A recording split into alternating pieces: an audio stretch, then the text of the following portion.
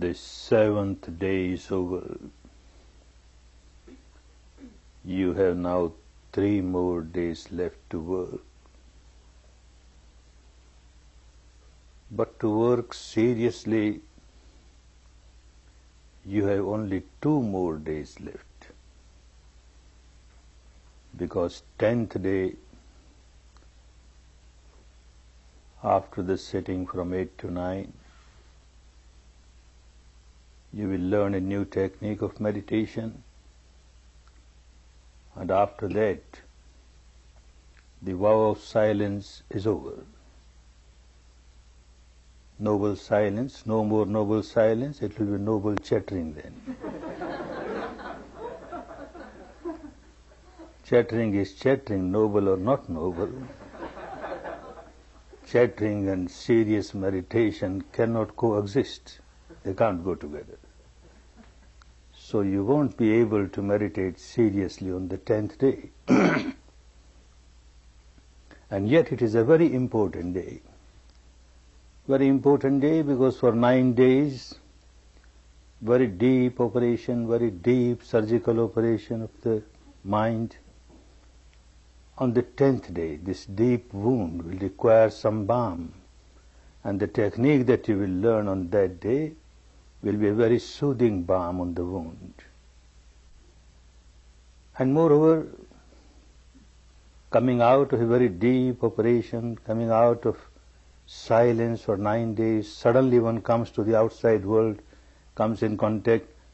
At times, people have very shocking experience, so that 10th day is a shock absorber for you. On the 11th day, you can face the world better. So for actual very serious meditation, the next 2 days. And Buddha wants you to meditate continuously. So far as this technique is concerned, continuity of practice is the secret of success. People come for longer courses, 20 days course, 30 days, 45 days. They work continuously. You have recess periods, but there is no recess period for long-term students. You also to learn how to practice continuously. So for these 2 days, learn how to practice continuously. During meditation periods, of course, you sit with closed eyes and meditate. But what you call intervals are no more intervals for you now. When you have to do something at the physical level, you have to get up and walk to your residence, walk to the dining hall, etc. You are still meditating. With open eyes, you are aware. You are just resting, open eyes, you are aware. You are aware of whatever you are doing at the physical level. If you are walking, you are aware, you are walking. If you are eating, you are aware, you are eating. If you are bathing, you are aware, you are bathing. You are resting, you are aware, you are resting. But then along with that, very essential, you are also aware of some sensation or the other on the body. People have not understood Buddha properly, and they made it just awareness of walking, eating. It has its own advantage, but this is not Buddha's teaching. He wants you to be always aware of the sensation, either respiration or sensation. If you miss sensation, then you miss the deepest part of your mind. And you have to rectify the deepest part of the mind. You have to change the behavior pattern of the deepest part. So sensation, awareness of sensation is very important. While you are walking, it is not necessary, and at this stage not possible also that you can feel the whole body, sensation on the whole body, at least on the moving part. If you are walking, you are aware of sensations on your legs. If you are eating, you are aware of sensations on your fingertips. The mouth touches the food, you are aware of the sensation on the lips, on the gums, on the tongue, and as you swallow it on the throat. Whichever are moving part, you have sensations. Sometimes you don't feel sensation on the moving part than any part. But somewhere on the body you must be feeling a sensation, and along with that you are aware of whatever physical activity is going on. That is during recess periods. Then you have a continuity. Meditation hours, you sit, closed eyes, meditate. The rest of the period you open and do whatever is necessary to be done at the physical level, and you are still meditating because you are aware of your activities and you are aware of the sensations. Night time you go to bed, closed eyes, you are lying down. Lying down, you are aware of every movement of your body. You feel like turning on one side and you are aware you are turning on the one side, and then you turn on the other side.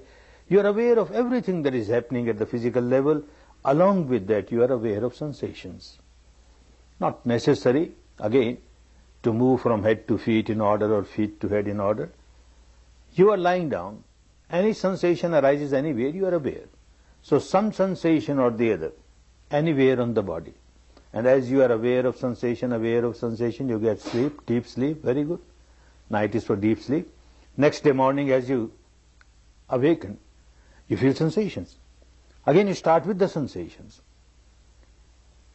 Quite possible at times a serious student may not get a deep sleep, half asleep, half awakened, very good. And in some cases, whole night no sleep, wonderful, whole night no sleep. But you keep lying down, closed eyes, no sleep, doesn't matter, and you are aware of sensation, If you start worrying, oh look, no sleep, 12 o'clock no sleep, 1 o'clock no sleep, 2 o'clock no sleep, then next day you come up as a sick person. You are not practicing Vipassana. But you are just aware of your sensation. If no sensation, aware of respiration, whole night. And the mind is very equanimous. Next day you get up so fresh, as if you have come out of very deep sleep, very deep sleep. After all, nature wants you to sleep only for two purposes. One purpose is to give rest to the body. Whole day the body has been working, now give rest. Similarly, whole day the mind was busy here, there, give rest to the mind. So night time, never sit and meditate. Keep lying. So you get full rest to the body. You give full rest to the body, and mind gets wonderful rest when it is awakened, aware, and at the same time equanimous. It gets so much rest. So the purpose is served, the body gets full rest, the mind gets full rest. Next day, you are very fresh, very fresh. There are, in all the Indian scriptures, three kinds of situations are there. Either one is awakened, or one is in sleep, or one is in dream. But there is a fourth situation for the yogis. Yogis does not mean those who do these acrobatic exercises of asana and pranayama. They are not yogis. Yogi is one who attains communion with the ultimate truth. Is a yogi, Vipassana yogi. Now that is a stage which is a very high stage. You are awakened not as a sick person. You are awakened with the reality of the sensations within you, and keeping your mind perfectly equanimous, perfectly equanimous. That is why in many of the scriptures it is said, the entire world sleeps, but the yogi remains awakened, awakened in this sensations, the reality inside. This does not mean that night time you are getting sleep and you say, I won't sleep, I am a Vipassana yogi, that the world sleep, I will remain awakened. That is going to extreme. If naturally you feel like sleeping, sleep. But if you don't get sleep and you are aware of sensations, you are equanimous, no worry, don't have any anxiety. You are doing your job. You are just aware of the reality at the level of sensations, and you are not reacting. You are equanimous. You are given full rest to the mind. You are given full rest to the body. Like this, make use of these remaining 2 days. Learn how to practice Rattindiva Matanditu. As Buddha says, day and night. Only when you are in deep sleep you can't help. Otherwise, day and night, continuous. Make a very deep surgical operation, so that in these 2 days you take out very deep-rooted complexes, which are causes for great misery for you. Let them come out now. This is a wonderful time to get liberated from those complexes, and continuity will help you. Storms might come still, but now having covered 7 days, you have strength to face. You are strong enough to face them. Don't worry. No such storm will come which will make you very much agitated. Those 5 enemies, 5 nivaranas are still there, but they are becoming weaker, weaker, weaker. And you have got 5 friends also, wonderful friends. Keep them with you, and you will find that these friends are so helpful to you. These friends are really helpful provided their purity is maintained. When they lose their purity, these very friends become our enemies and they become very harmful. Who are our friends? What is their purity? Let us understand. 5 friends we have. The first friend in the language of those days was called Saddha, that means devotion, faith. Devotion, faith is a very important friend. One who does not have any faith, any devotion in whatever one is working, then how can one work? All the time doubtful, skeptical, then one cannot work. Must have confidence, must have faith. Now 7 days are over. By this time one should have faith in the technique, on the path, and can work much better. But this faith, this confidence, this devotion can become a very big enemy if it becomes blind. Blind faith, blind devotion, blind belief does not help us. They are big enemies. Don't allow them to become blind. All these 5 friends, if they become blind, they are useless. They don't help us in any way. So along with this, there must be wisdom. Every friend must have the wisdom with it, so that you understand the purity of this particular friend. The devotion, purity of devotion is only when you have wisdom with devotion. Without wisdom, it will become blind. The wisdom is like our eyes, and devotion is like our legs. One who does not have eyes will walk on the path, may even run on the path, but will not know when he or she has taken wrong path. One may fall down in a ditch because no eyes. One has only eyes and no legs, no devotion. One will keep on looking the path. Oh, wonderful path, so wonderful, so great. Buddha's teaching is so wonderful, Dhamma is so wonderful. But you can't take one step on that because you have no devotion, you have got no faith. Both are important. The communion of these two, that gives us so much strength, because then the devotion becomes enlightened devotion. A devotion with discriminatory intelligence, discriminatory wisdom, then you know what is the essence of devotion. You don't take it just blindly. What is the essence of devotion? You may have devotion in anyone, in any god, goddess, a saintly person, an enlightened person. Why you have devotion in this person, in this being? Because this person is a saintly person, he has certain qualities, and the devotion is towards the qualities.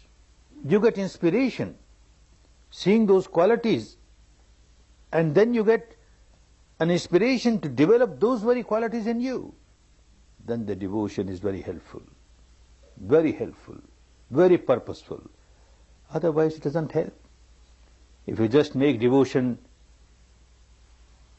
with a begging bowl, you keep on asking, oh God Almighty, please give me this. Oh Goddess, please give me this. This desire must be fulfilled, that desire must be fulfilled. That kind of devotion is blind devotion. It does not help. Devotion for the qualities, and getting inspiration and developing those very qualities is a wonderful devotion. An instance, again years back, During the early courses I gave in India, coming from Burma, a very old lady came to a course, took the course very seriously, worked very seriously, understood the technique properly, worked properly, and got wonderful results.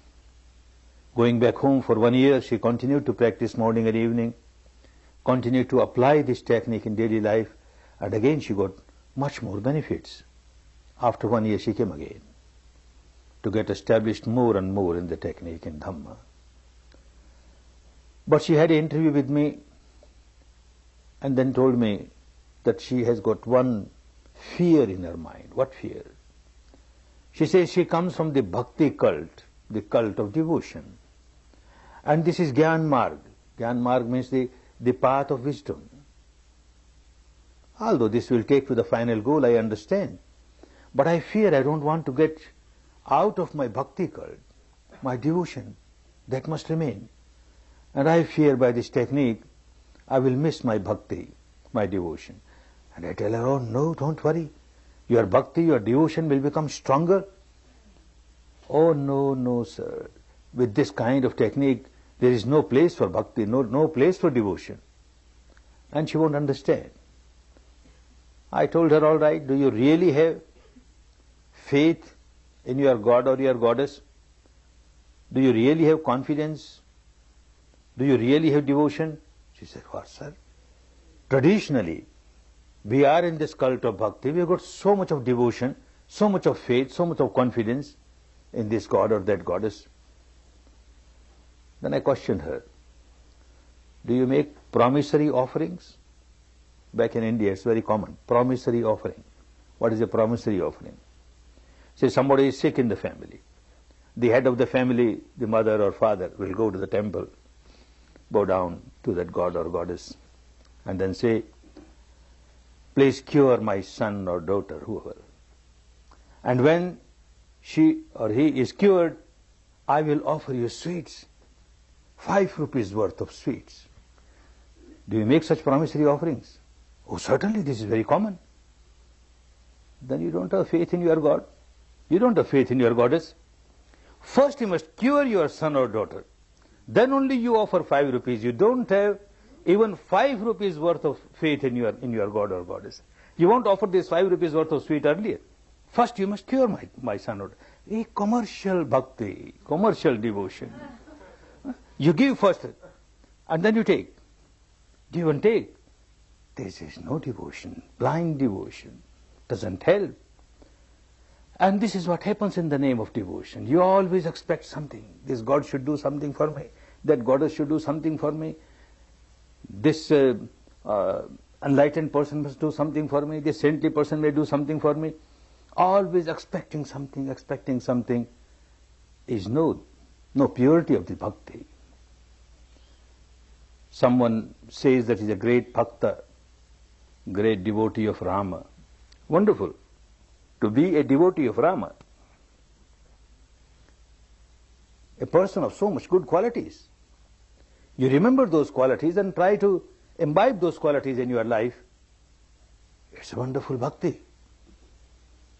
But one does not do that. Rama, the quality of Rama, you might have heard his story, life story. He was the eldest son, and father decided, because he had given a promise to the youngest wife, youngest queen, and the youngest queen wanted her son to become the heir to the throne. So however unwillingly he decided that Rama should go in the jungle, get banished for 14 years, and the younger son, Bharata, should get the throne. Very willingly. He leaves the kingdom very, very willingly. Let my younger brother enjoy all the luxuries of the royal palace. I'll be quite happy. I'll be happy in jungle. And he goes. Father dies. And the younger brother, who was not present at that time, came. And when he came to know of all this, he was shocked. He is the real heir to the throne, not I. And he goes all the way to the jungle and tells him, no, sir. No, brother, you must go back to the capital. You are the honor of the throne, honor of the crown. In your place, I will stay in jungle. the father made a wrong decision. He didn't make the decision in wisdom. And the elder brother says, Rama says, oh no, no, this is the order of the father. You must enjoy all the luxuries of the royal life. Two brothers. Throughout the human history, you got no other example where two brothers are fighting, quarreling. You must enjoy. You must enjoy all the royal luxury. Such a wonderful person, Rama. And one says that I am a devotee of Rama. Two brothers, they claim they are great devotees of Rama, and both of them are fighting, quarreling, having civil suits and criminal suits or what. When our property was divided, you got a few dollars more on here. And you got a few inches of land more. So we are quarreling. And yet they are great devotees of Rama. Great devotees of Rama.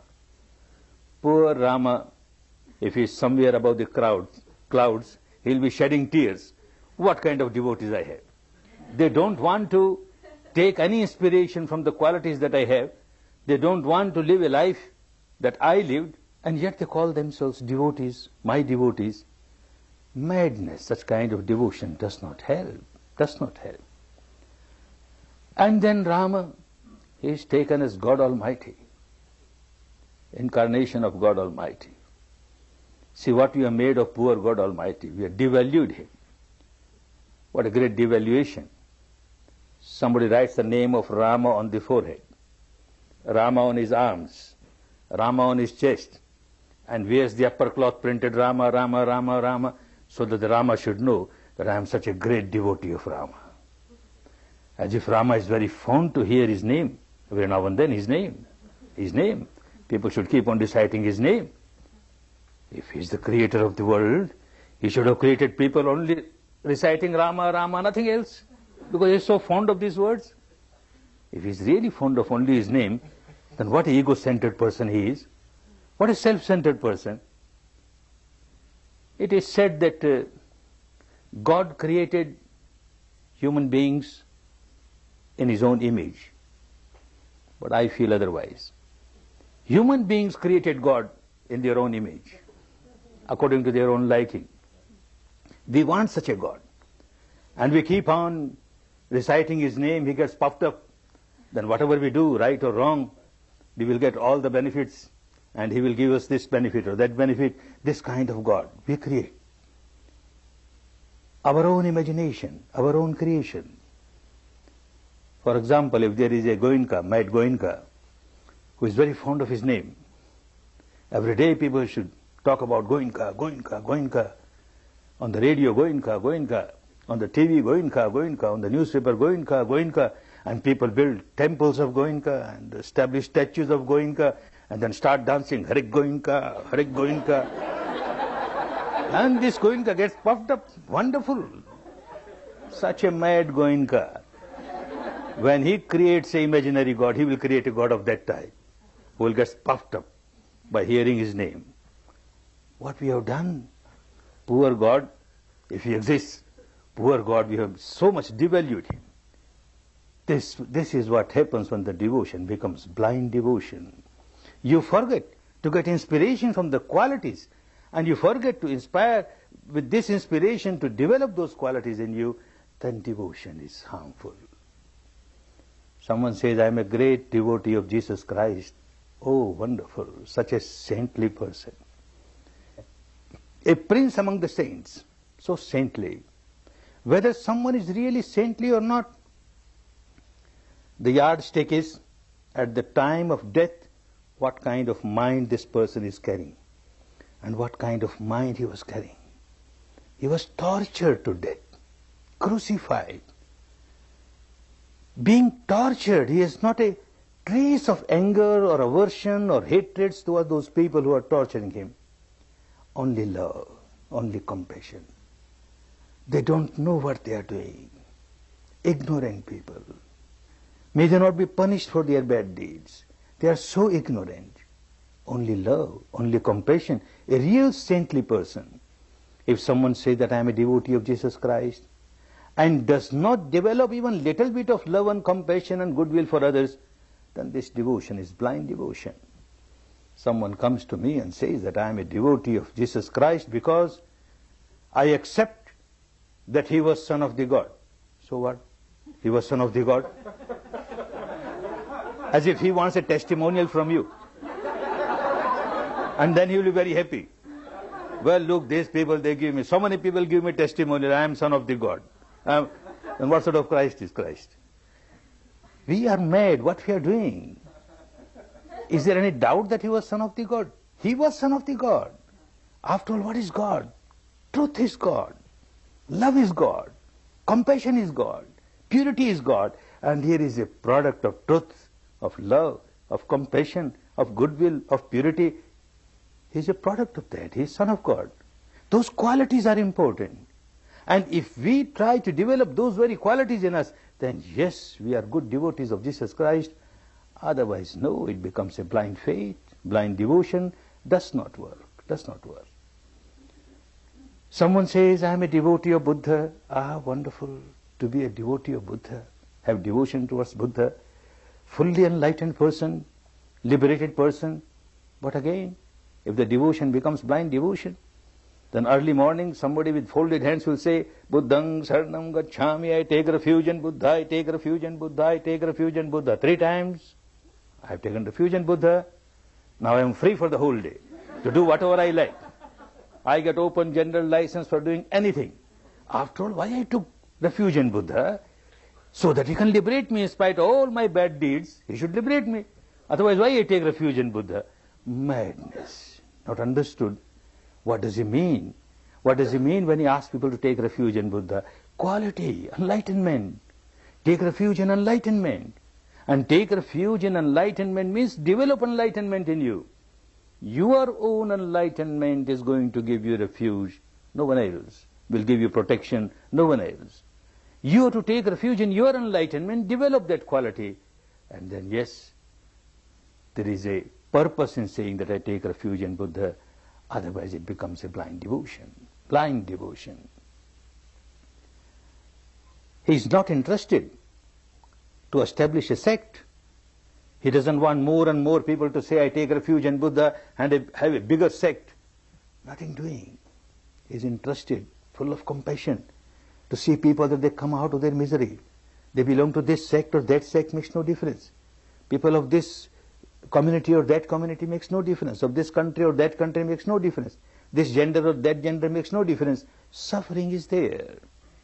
And enlightenment of Buddha is, he gives a path. Because of his enlightenment, he found out the path, which made him enlightened. And out of all the compassion, he gives that path. If you don't walk on the path, the devotion is no devotion. It doesn't work. When we give respect to Buddha, he teaches us how to pay respect to Buddha. Buddha is not a name of any person, is the quality, enlightened one. And anyone can be an enlightened person, not merely Gautama. This is not the monopoly of one person to become enlightened. He kept on saying that before me there were countless Buddhas, and after me there will be countless Buddhas. So when you pay respect to Buddha, he taught us how to pay respect to Buddha. Ye cha Buddha atita cha ye cha Buddha yanagata. All the Buddhas of the past, Atita. All the Buddhas of the future, Pachupanna Chaye Buddha. All the Buddhas who are now present may be.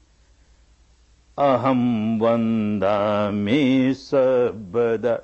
I pay respect to all the Buddhas of the past, of the future, of the present. Then you not get entangled yourself in a sect, in an organized religion. Then you get inspiration from the enlightenment, the quality of enlightenment, and try to develop that enlightenment in you. Whenever you pay homage to Buddha, he explained us how to pay homage to Buddha. Namo tassa bhagavato arahato samma sambuddhassa. Namo tassa. I pay homage to anyone who has these qualities. Namo tassa bhagavato arahato samma sambuddhassa, who is fully liberated, fully enlightened, and enlightened by his own efforts. To such a person I pay homage. You pay respect. We say you do puja. There is a puja which is called Samish puja, impure puja.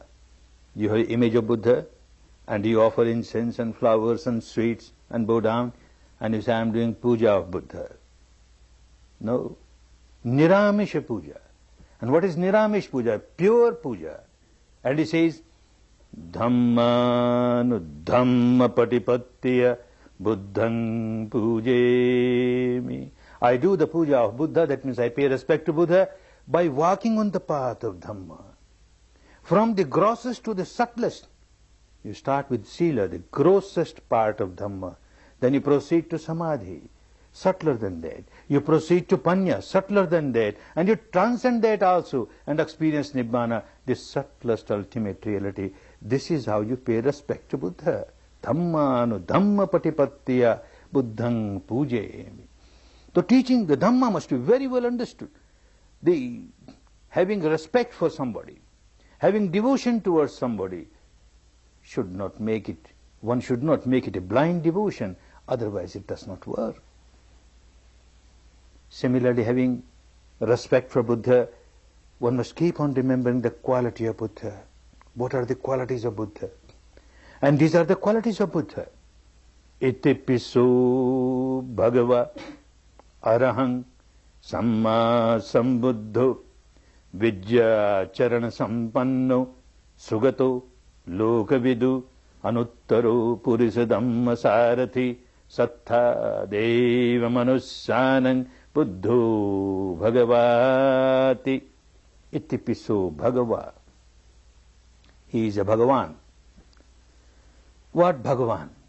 In 25 centuries, India has lost the meaning of this word Bhagavan.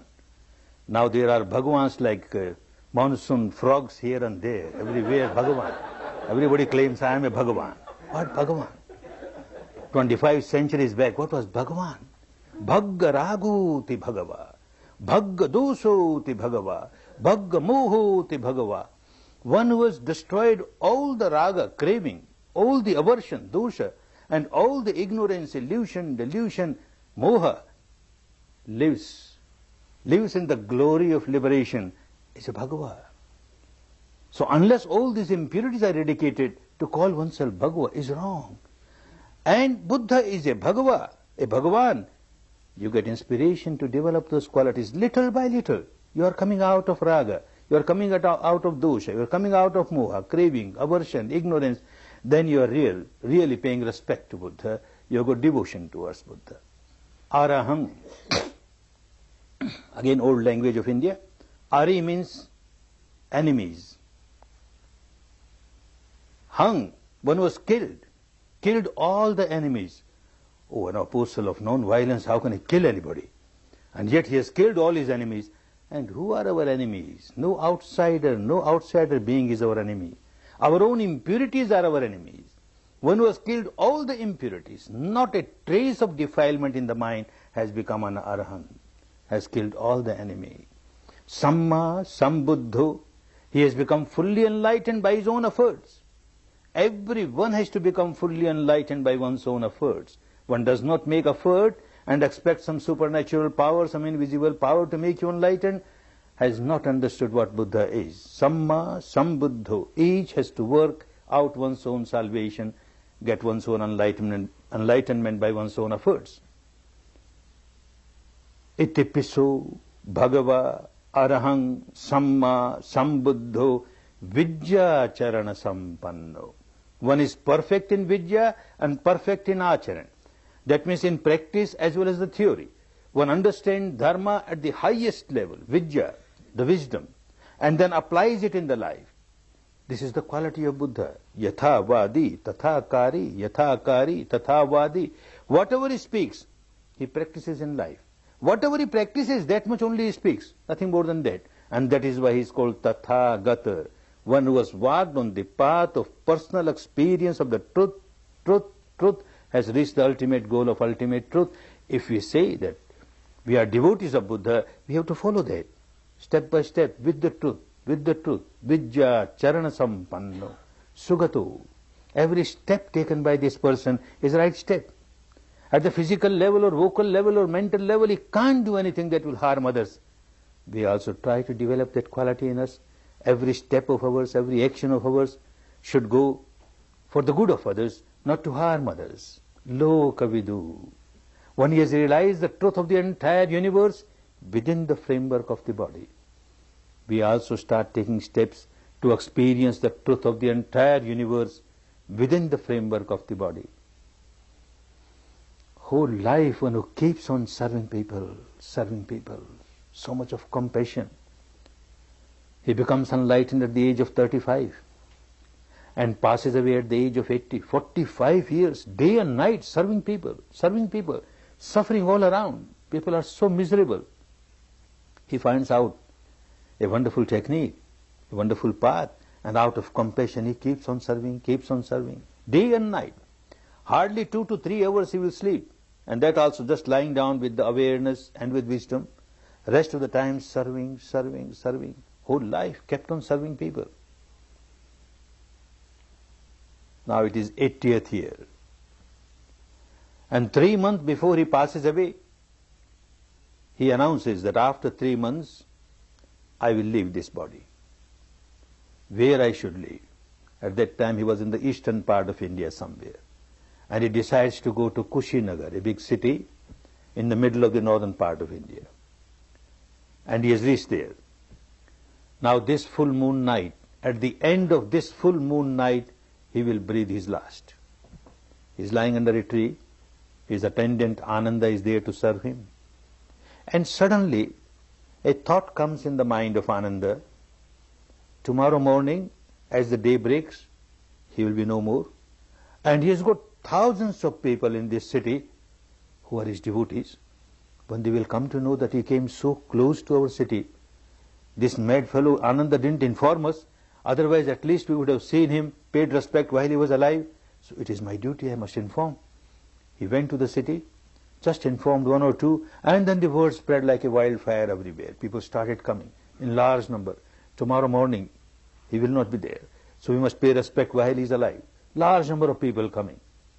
Ananda doesn't know how to manage them.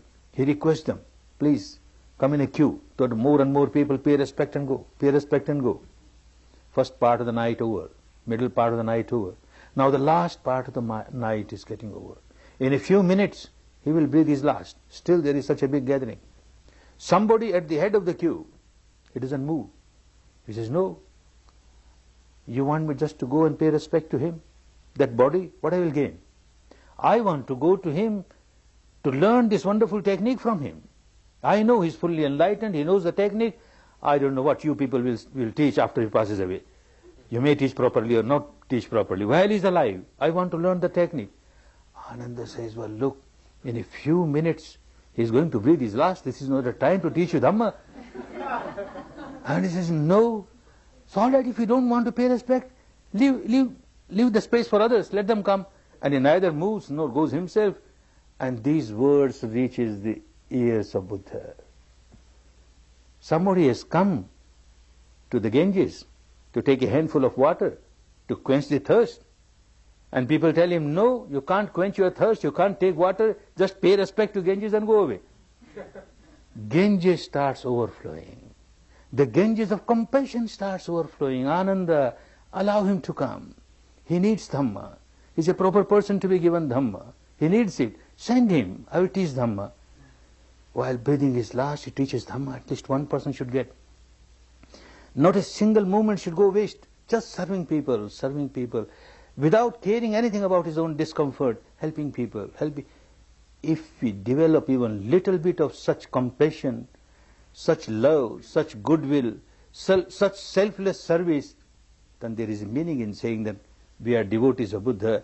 Otherwise it is just no purpose is served.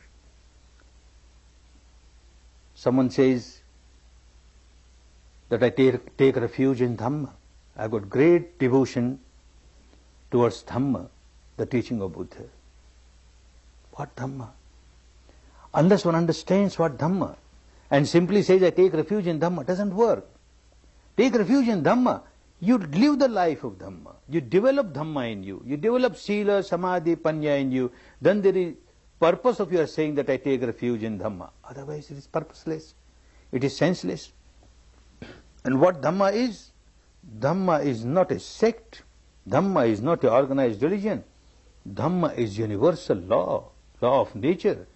If one has started living the life in line to the law of nature, then yes, one has taken refuge in Dhamma. And he explains what are the qualities of Dhamma. 6 qualities of Dhamma. One has to keep on understanding whether those qualities are there or not. Otherwise, in the name of Dhamma, one may get entangled in some kind of sect, belief, dogma, etc. What are the qualities of pure Dhamma? Swakhato Bhagavata Dhammo. Swakhato. It must be very clearly explained. No mysticism involved. No acrobatic intellectual exercises. Nothing doing. So simple. In so simple words it must be explained so that ordinary person can understand it, because one has to follow it. Unless people understand.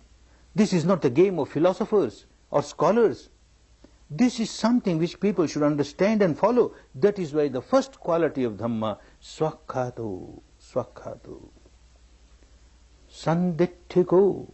Then, whatever you are experiencing with your direct experience, the truth that you experience, then it is Dhamma. The truth experienced by an enlightened person is not truth for you. The truth, as explained in the scriptures, is not truth for you. The truth experienced by your teacher is not truth for you. What you experience, sanditthiko, with your own eyes, with your own experience, direct experience, step by step, you may start with very gross truth, doesn't matter. This is your truth, your own experience, your own wisdom, and you keep on walking on the path with the truth, you are bound to experience subtler. The entire field of mind and matter, you experience the truth of mind and matter, and then transcend and experience something which is beyond mind and matter. Swakhato Bhagavata Dhammo Sanditthiko Akaliko. To get the fruits of your practice of Dhamma should not take time. Not that you practice Dhamma now and you will get benefit after death. You perform this rite, this ritual, this ceremony, and after that you will get this 7th heaven or 11th heaven. Who has come from 7th heaven to tell me that I have performed these rites and that's why I am in this 7th heaven? All purposeless. What you gain now? Of course, after death also you will get benefit. But what benefit you are getting now? If you are getting no benefit now, then it is no Dhamma. You have taken steps on Dhamma. You must get benefit of your having taken steps on Dhamma. Then only it is pure Dhamma, otherwise no Dhamma. Somebody gives me a post-dated check. Post-dated check on a bank above the clouds, which does not exist. What am I to do with this post-dated check? One must get benefit. Akaliko. There should not be a gap between my action and the fruit that I get. Akaliko. A change must start in the life. If you really started taking steps on the path, a change must start here and now, in this very life. A change for better. VIPASSIKO, another very important quality of Dhamma. If someone has really started taking steps on Dhamma, one has to judge, examine whether really it is Dhamma or not. VIPASSIKO, which literal meaning is come and see yourself. Come and examine yourself. Come and experience yourself. VIPASSIKO. People come to courses like this. Some on the 4th day, some on the 5th day, some on the 6th day. They start thinking, oh, it is so wonderful. My mother should do it. My father should do it. So-and-so should do it. And suddenly you realize, I am here to observe my respiration, my sensation. I will see about that later on. And again, after some time, you start thinking, oh, so-and-so, very miserable person. This person must certainly get it. This is VIPASSIKO. This is the quality of Dhamma. Because you are not playing an intellectual game. You are not playing a devotional or emotional game. You are actually experiencing something. Those who come to courses and say, the discourses were wonderful. What discourse is wonderful? The Dhamma was wonderful. If you just make it an intellectual entertainment, then no, it doesn't work. Because people come here and meditate. Because they meditate, they can't resist. When 10 days are over, one starts thinking, whomever one meets, oh, it is so wonderful, I have tasted, it is so good, it has helped me. You also go and try. You also go and try. This is the yardstick to measure whether one has certainly, surely tasted Dhamma or not. If one has really tasted Dhamma, one is bound to get some benefit. And when one gets benefit, one feels like sharing this benefit with others. If someone is a good writer, he feels like writing something so that more and more people know about it. People do not know that such a technique is prevailing, is being taught. If one is an orator, he will go on talking here and there. If one is comfortable money-wise, will try to spend more and more money so that more and more people come and get advantage of it. Not that you want to enlarge in your sect, now the small sect, let there be Vipassana sect, a bigger Vipassana sect. No, nothing doing. More and more people are miserable. If they come in contact with Dhamma, if they come in contact with this technique, they will come out of their misery. This love, this compassion. And then someone feels, well, when I went to a course, all the facilities were given to me because somebody has donated. Not only that, so many people selflessly were serving me. That's why I could meditate so peacefully, so comfortably. Oh, I must also give 10 days of my life. I must go and serve in one of the courses. And people come like this to give their service. More and more people can get benefit of it. It is good when somebody gives a dana, a donation, because more people can get advantage of the facility. But it is much better if somebody gives a donation of service. You see, it is the volition that counts. When you are giving money for the liberation of people to come out of their misery. You give money to feed somebody. You give money to get water for somebody or some medicine for somebody. They are all good. But when you give money for the teaching of Dhamma, nothing like that. Your volition is that people come out of their misery, total misery. When you serve, when you give money, that moment, when you you decided to donate money, was a good moment. Your volition was wonderful. When you actually gave money, your volition was wonderful. But when you serve for 10 days continuously you are serving, and every time you are there, you feel good of others. Ah, look, so many people get Dhamma. Look, so many people are coming out of their misery. Continuously for 10 days, you are developing this parami, you are developing this volition, Dhamma volition. It is wonderful. People who have been giving such service, they find it. With my own experience, I know how I found it. When one starts giving service, one's own meditation becomes stronger and stronger. When you give food to somebody, the nature helps you that you will not starve. Similarly, when you give Dhamma to somebody, your Dhamma in return will become stronger and stronger. You get more Dhamma. So like this, people think of ehipassiku, more and more. I serve more and more people, so that more and more people get Dhamma, more and more people get Dhamma. This is the quality, the yardstick whether one has really practiced Dhamma or not. Opaneiku. If it is pure Dhamma, then every step that you take on the path takes you nearer and nearer to the final goal. Because the path is such, so clear, like a highway, an autobahn, no curves here and there, not that you enter a blind alley and then come back. Nothing doing. Every step takes you to the final goal. And that is Opaneiku. Adime kalyanakari, madhyame kalyanakari, antame kalyanakari. It is beneficial in the beginning, beneficial in the middle, beneficial in the end. You practice only Shila and you find you start getting benefits. You practice Samadhi, more benefits. You practice Panya, much more benefits. You reach the final goal. Countless benefits you get. Every step that you take on the path gives result, good result. Not a single step, not a little effort that you make on the path of Dhamma goes waste. Nothing goes waste. And in this way it is called Opaneyiko. Pachattang Veditabbo Vinyuhiti. Pachattang, direct experience by everyone. When we belong to this sect or that sect, this community or that community makes no difference.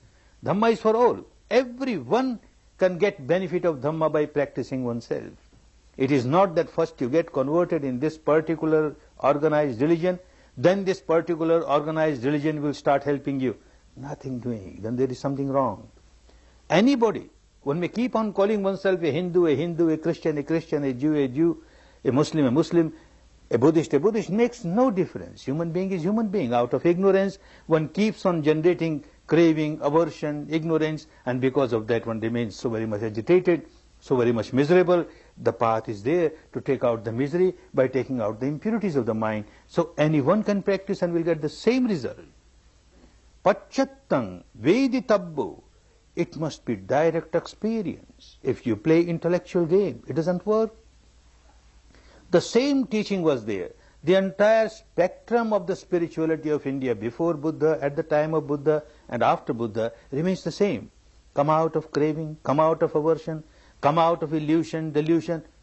Nothing new. Nothing new, but still so much new, because that is all at the intellectual level, at the emotional level. Here arose somebody who says at the actual level. How to come out of craving? Well, look, you observe your sensation. Your craving starts because of a pleasant sensation. Come out of aversion.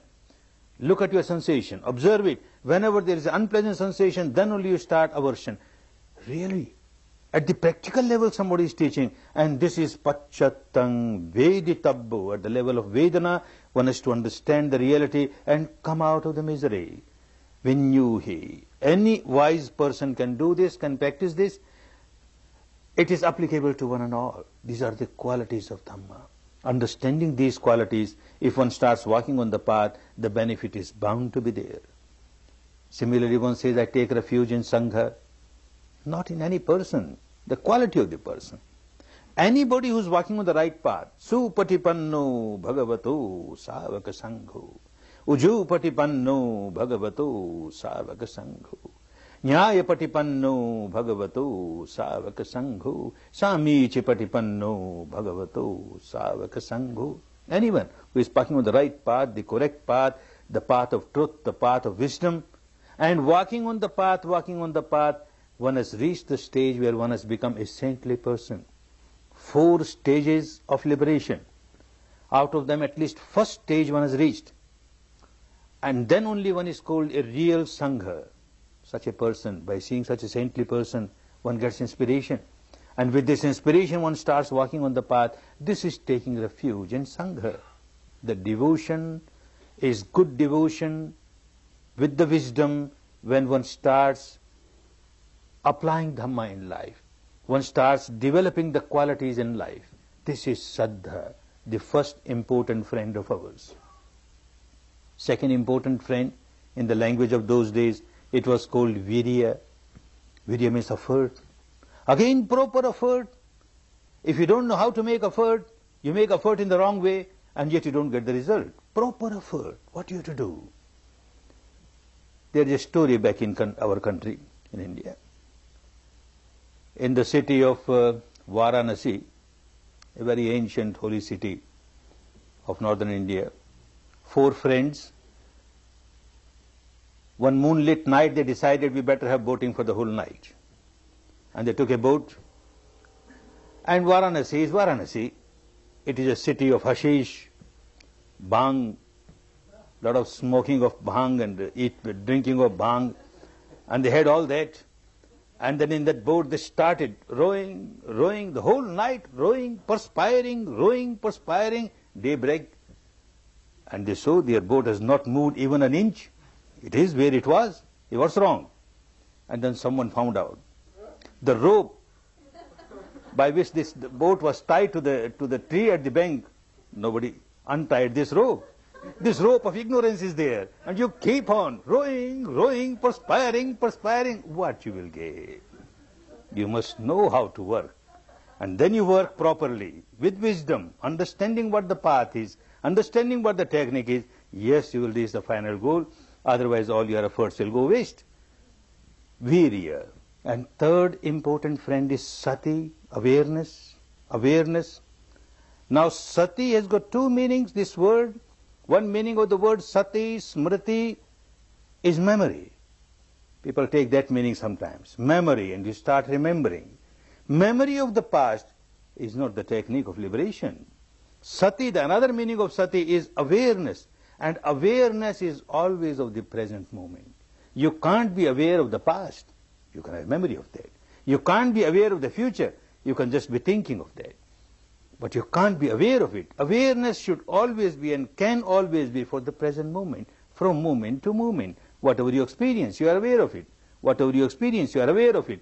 Aware at the surface level and aware at the depth level. When you work with the sensation, you are aware at the depth level, and as well as where you are walking, you are aware of walking, you are aware of eating, but at the same time you are aware of your own sensations. If that is missing, then it won't take you to the final goal. You may be very well aware of your walking. You get a wonderful faculty to remain alert about all your activities, but it won't take you to the final goal of liberation if you are missing sensation. I give example of a circus girl. She is walking on a tightrope and so much aware of every step. If she is not aware, she may fall down, break one of her limbs, or she may even die. So every step she is so aware, but she cannot become an arhat. She cannot become fully liberated because the sensation, she doesn't know what sensation is, and she doesn't know how to remain equanimous with the sensation. Or a dancing girl on the stage, aware of every step, every action, and yet no sensation. That doesn't take us to the final goal. Sensation is the teaching of Buddha. When you work with the sensation, you are aware of the sensation, you understand its nature of anicca, and with that understanding you maintain equanimity, then you are on the path of liberation, because this is how you change the habit pattern of your mind at the deepest level. Otherwise you are working just with the surface level of the mind. So sati must be proper sati with proper wisdom, understanding what the sati is, and then accordingly you work with sati, you reach the final goal. And then samadhi. Again, samadhi must be samma samadhi, right type of samadhi. Understanding must be proper. What samadhi is? Mere concentration does not work. Kusal chittasya ekaggata. The concentration must be of a pure mind. That means the base must be free from ignorance. If you have got an imaginary object, and with the help of this imaginary object you concentrate your mind, it is not samma samadhi. Or at the base of the mind you have got craving, you want something. By this samadhi I will gain this, I will gain that. Doesn't work. Or you have aversion at the base, doesn't work. Free from craving, free from aversion, free from imagination. The object that you are experiencing from moment to moment, you are sati, from moment to moment, from moment to moment. How long you continue to be aware of the reality from moment to moment, from moment to moment, this is your real samadhi. And the fifth friend, panya, wisdom, upekha, equanimity. Very important. Again, if this panya, this wisdom is merely at the intellectual level, or merely whatever you heard or whatever you read, sutmaya panya or chintamaya panya, it doesn't work. It must be bhavanamaya panya. That is the contribution of Buddha to the human world. Bhavanamaya panya. You have to experience the wisdom at the level of your sensations. Then it is real panya. Equanimity at the level of sensations is your direct experience, and equanimity, wisdom, that keeps you free from craving, free from aversion at the deepest level of the mind. This is what you started doing here. This is what you have to practice in your life. Daily practice, you are with the sensations, and that you are not reacting with craving, you are not reacting with aversion. You keep on understanding this is anicca, and your mind becomes equanimous. Then you find how this equanimity has started manifesting itself in your day-to-day life. It must manifest. If you have just accepted anicca, if you have just accepted equanimity only at the intellectual level or devotional level, you can't expect it to manifest in your day-to-day life. Ups and downs in the life are bound to be there. Vicissitudes are bound to be there. How to deal with equanimity to all the situations in our day-to-day life, then yes, the panya is real panya. Again, a story in our country. A very rich person at the old age died, and according to the custom there, his two sons started living in a joint family. For some time they continued in joint family, and later on some misunderstanding arose, they started quarreling, and then they divided the whole property, the money, jewelry, land, everything divided half-half. When everything was divided, somebody found out a small packet hidden somewhere. They took it out, what it is. And they found that it contained two rings. One was the ordinary silver ring, other was a ring studded with very valuable diamond. The elder brother developed some greed and he tried to explain the younger one. To me it looks, this is not the earning of our father. This is, most probably, it is coming from generations, and therefore it should go for generations. I being elder, I better keep it so that it goes for generation. If we sell it and divide the money, we will lose it. So I better keep it. You better keep the silver one. The younger brother smiled. All right, be happy. You be happy with the diamond one. I'll be happy with the silver one. And they started their life. Ups and downs are coming. The elder brother with the diamond ring, when there is spring in the life, he gets so elated. And when spring goes away, and there is winter or autumn, he becomes so depressed, always losing the balance of the mind. With everything he faces in the world, loses the balance of the mind, tension, hypertension, this tranquilizer, that tranquilizer, a super tranquilizer, a sleeping pill, a super sleeping pill. And then it came to the stage where electric shocks were given. This is the brother with the diamond ring. The other brother with the ordinary silver ring. He started thinking, my father kept very secure this valuable diamond ring, it is understandable. Why this ordinary silver ring? There must be some meaning, some purpose for that. And he started examining it. And he found something was inscribed on it. And he read, what is inscribed? And it was inscribed on it, this will also change. Oh, this will also change. This is the teaching of my father. This will also change. Everything changes. And he had this ring on his little finger. Spring comes. He enjoys. He doesn't run away from that. He enjoys spring. And looking at the finger, yes, this will also change. This is not eternal. And when it passes away, he smiles. I knew this was going to change. It has changed. So what? I don't care. He doesn't lose the balance of the mind. When winter comes, again his ring, this will also change. He doesn't cry. He doesn't feel depressed. This will also change. Law of nature is such. It has to change. Ups and downs are bound to come in the life. Vicissitudes are bound to come in the life. If we keep on understanding this will also change, not necessary to look at the ring inside, the reality inside. We have got that inheritance from the Buddha. Observe this reality inside, this will change. A very painful experience is there, oh, this will change. A very pleasant flow is there, oh, this will change. And this change is there, certainly, you are experiencing. Whatever the truth you are experiencing inside, the same truth gets manifested outside. This will change, and you maintain perfect equanimity of your mind, then this friend is a very good friend for you. All these 5 friends are wonderful friends. Don't worry about the enemies. No enemy can harm you. You keep these 5 friends with you and keep them pure, no pollution, with the wisdom, understanding how to make use of these friends. And you will find step by step, you are moving towards the final goal. These 2 days of serious meditation are days of real serious meditation. See that you maintain the continuity. Day and night, only when you are in deep sleep. Otherwise, day and night, nothing to do with other students. Carry on your own. Make very deep operation, surgical operation of the mind. Take out very deep-rooted complexes and get liberated. As many complexes you take out, that much liberation is there. Liberation from the miseries. Life is full of misery because the life is full of these defilements, mental defilements. Come out of them and enjoy real peace, real harmony, real happiness. May all of you enjoy real peace, real harmony, real happiness, real happiness. Bhavat Sav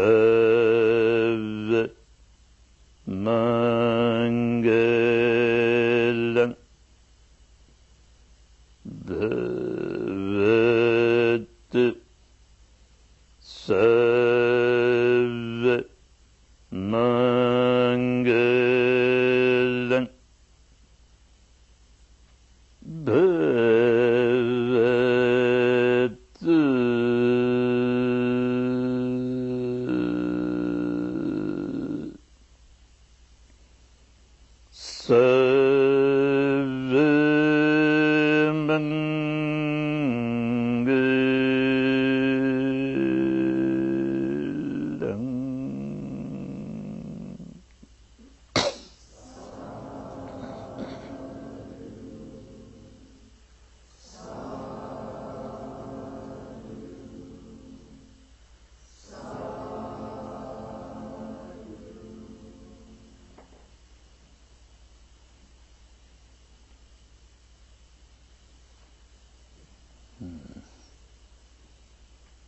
Take rest for about 5 minutes and then again start working. Take rest for about 5 minutes.